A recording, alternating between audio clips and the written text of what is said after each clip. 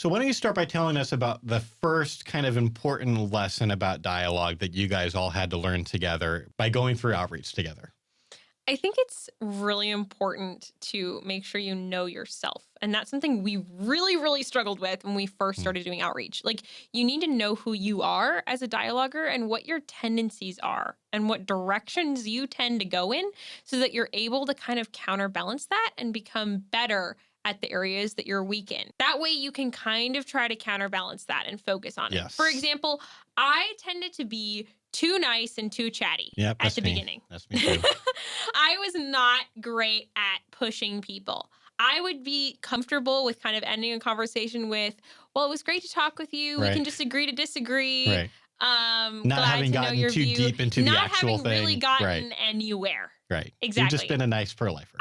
I was comfortable being just a nice pro-lifer. Yes. As was Joshua. That tended to be, we were on that end of the spectrum. Yeah. And then Meredith and Alex tended to be more pushy. They were much better at focusing on, I am making this argument. No, what you're saying doesn't make sense. Yeah. This is why. And they went a little too far into debate mode at the beginning. Okay.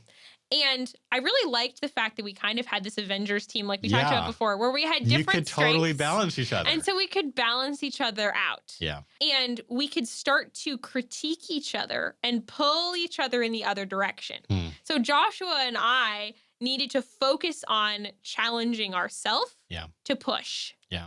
And be okay with making that push. Be okay with spending some rapport at the end of a conversation. Right. And Meredith and Alex needed to focus a little more on practical dialogue tips. We had to coach them more on finding common ground and asking better questions and not jumping down someone's throat and not standing with your arms crossed, which Meredith totally did for like the first month. And I was like, Meredith, you can't stand like that. That's not going to work.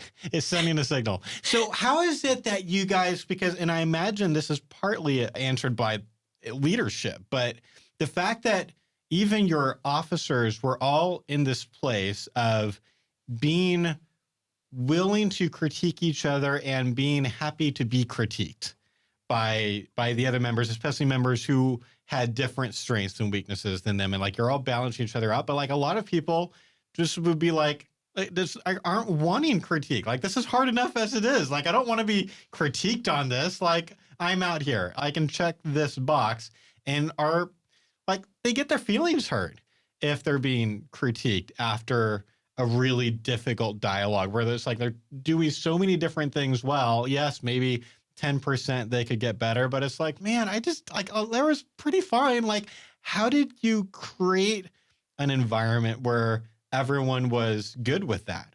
I think it partially has to do with the mindset switch that we had for the purpose of dialogue. And really all of us being on the same page about this isn't about us being the heroes. This isn't about us changing the world. This is about us getting better and doing better and creating better dialogues. Yeah. And so that mindset switch, it also helped the fact that 3 out of the 4 of us were music majors. And if you're a musician, that's an environment you live in used to all the time. You are used to playing something or singing something or whatever, and your teacher saying, great, that wasn't good enough. Right. And like, it is never good enough. Because in the music world, there is always something that can be better. Yes. And so if that's not an environment that you're used to, I can see why, like, other club members critiquing you and whatever would be intimidating. But that was just like rolling off a log for Meredith and Joshua and I, because we're just used to nothing ever being good enough. And you always having to push. Blowing my mind. This is blowing my mind because I wonder if this has also been part of the reason I am the way that I am, because I'm a musician too. And I haven't thought about this at all. Because when you're a musician, you're also constantly in self-critical mode. Like, you're always critiquing yourself, like not when you're first starting, but like by the time you're in college for music, like you're used to constantly critiquing yourself. you can't stop critiquing others. Also, you can't turn that part of your mind off. Like it's just there. And you're It makes always us practicing better. to make yourself better. Yeah. That's just a part of your daily ideally, schedule. I'm not as good as that. But yeah, if you're like a really good musician and take it seriously, then you're practicing. That's so interesting. And you're also taught as a musician to observe other people in order to affect your own performance. Yes. Like if you're learning a piece of music, you go onto YouTube and you watch a bunch of different people do it. And everybody does it in different ways. Like there's 3,000 people that have played every single piano piece or every soprano aria out there. Yeah. And so you're listening to how they do it and taking bits and pieces and not taking other bits and pieces. And so, I mean, that's essentially how we did those first outreaches. We would observe each other and observe each other practice dialoguing and start to take bits and pieces from each other. And we would like deliberately pair people together at the table who were opposites. Like we would pair Meredith and I or Meredith and Joshua at the table together. Yeah. So they could hear each other talking and then they would debrief together afterwards. You guys are so good. So Meredith would push Joshua on the conversations she had heard him do, being like, you needed to do this. Yeah. And Joshua would push Meredith, being like, you weren't as nice as you could have been here, whatever. And because we were already kind of in that mode of you should watch and learn from other people and critique each other and always improve yourself, then it just felt really natural to have those kinds of debriefs and observations of each other. Okay, so if I'm understanding right, Alex wasn't a musician, though. Correct. He was the one out. But he was fine with being critiqued. Yes, so he was fine what with is he do for the non-musicians?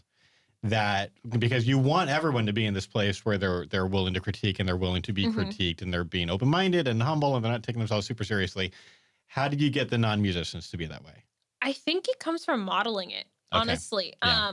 When we first teach material, let's say in a club meeting, we're going over some new argument or whatever, we will very frequently do some sort of public practice dialogue before we ask people to practice dialogue it themselves. Yeah. So Meredith and I might get up and I'm pro-life and Meredith is pro-choice and we will go over like a micro dialogue or we just go over that little section. Trot out a toddler or exactly. something. And then we will have the club publicly critique me. Even though you guys are the leaders. Even though we're the leaders, and I am supposedly, the best pro-lifer in the room at doing this, hypothetically. Right. Their job is to critique me. And it's also really helpful when, like, everyone knows I'm not the best pro-lifer in the room because Joshua is sitting right there and Joshua's just as good as I am. And so Joshua will maybe start out the critique. Yeah. And so the other students feel comfortable, like, oh, yeah, I can critique They're something. also watching how you react to Joshua. Yes. They're watching how I react. And sometimes I'll even, like, go back and try part of it again. Be like, oh, that was, like, okay, let me try rephrasing how I said that. And I'll, like, slip back in and do it. And so we have created this environment where they feel like I am open to critique. They're comfortable critiquing me. Yeah. And so they start to just kind of by effect Yeah. be okay They're with it gonna mirror themselves. They're going to mirror that.